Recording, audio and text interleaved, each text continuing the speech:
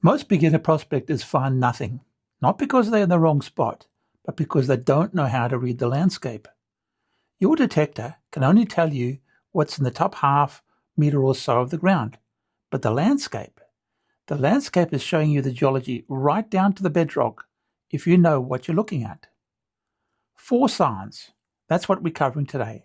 4 things that the ground and the vegetation are showing you right now, for free, every time you walk a patch. And the 4th one, vegetation height. Sounds so silly, you'd think I'm being cute. I almost cut it from this video, but it's become one of my most reliable field indicators, and almost nobody is talking about it. And here's the kicker. When these 4 signs stack up at the same location, you're no longer guessing. You're now targeting. That's a very different way to prospect. Hey guys, good to see you again. I'm Bruce, the part-time prospector and ex-gold exploration geologist. And let's get right into it. If you spend any time out in the WA goldfields, you know the ground changes color on you. You're walking through light, sandy, almost cream-colored soil, and then the ground goes red, deep brick red, sometimes almost orange. Most people see the red ground and think ironstone country and head straight for it with a detector. That's fine, but they're missing the real prize. Here's what's happening underground. That red color is iron oxide, the result of iron sulfide minerals like pyrite, for example, being oxidized over millions of years. Essentially, they're rusting in place. And where you've got that kind of long-term chemical activity, you've had mineralizing fluids moving their way through the system. And where mineralizing fluids move, gold can also move. Not always, but that's how it moves. Now, everybody detects in the red ground. Don't get me wrong, you can find gold there, and you will find gold there. But the place I want you to focus on is what is called the contact zone, the actual boundary where the light sandy soil meets deep red soil. When gold has been carried through a system in solution, it needs a trigger to drop out, a change in chemistry, a change in redox conditions. That contact line is exactly that trigger. That's where the system changes, and that's where the gold gets trapped. So walk the boundary, find that line, and spend real time on it. A few meters either side, that's where I've dug some of my better finds. And once you train your eyes to spot it, you'll see it everywhere.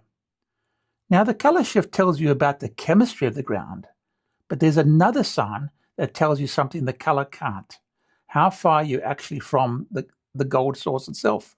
And this one, you'll feel with your boots. Spend enough time in the gold fields, and you'll notice the soil under your feet isn't all the same. Some ground feels loose and sandy, and you can push a pick into it easily, scoop it up on your hands. Other ground feels dense, compacted, and almost crunchy. Your pick thumps into it and bounces back. That difference matters enormously to where you're detecting. That loose, fluffy ground is material that's been transported, moved from somewhere else by water, gravity, or time, and deposited where it sits now. We call that alluvial. It has been moved by water. Colluvial if it's shifted downslope by gravity. Either way, the gold in it has moved too. It might have washed down from 3 kilometers away. You can absolutely find gold in transported material. Don't get me wrong. Alluvial prospecting works. But you're chasing fragments that have been moved around. The dense, crunchy ground is different. This material that's broken down in place directly from the bedrock sitting underneath it. It hasn't gone anywhere, and neither has the gold in it. If you find gold in that material, you're standing close to the original source, not chasing a fragment, close to the original. Some prospectors can feel the difference through their boots when the ground around them giving under your feet starts pushing back. And that's the transition. That's what I call the hard line. When you find it, slow right down. You've just crossed a zone where gold hasn't traveled far.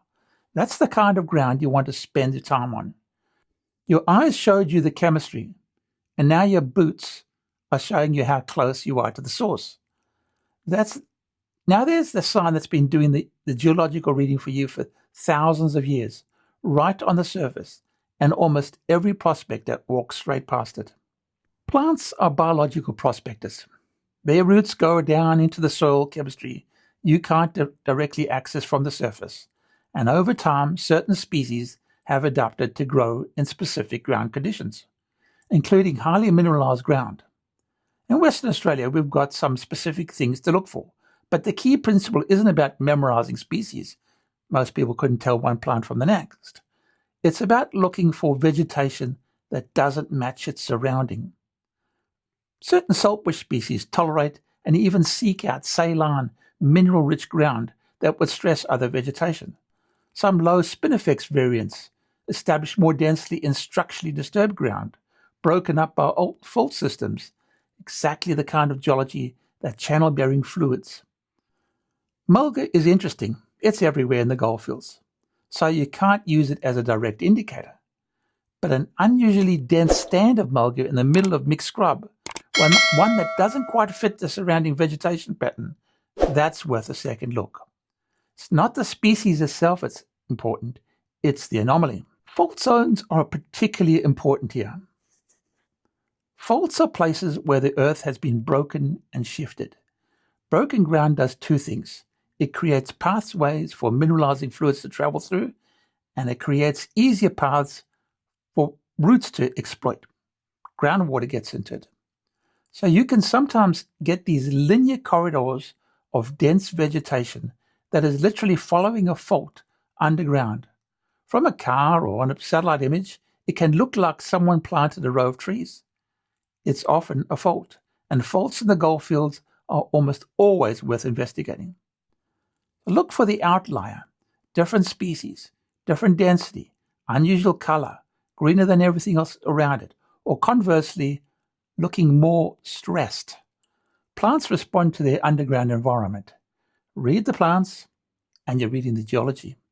Now that last one you've got your eye in, you'll be amazed how often the vegetation is telling you something. But this fourth sign is the one that ties everything together.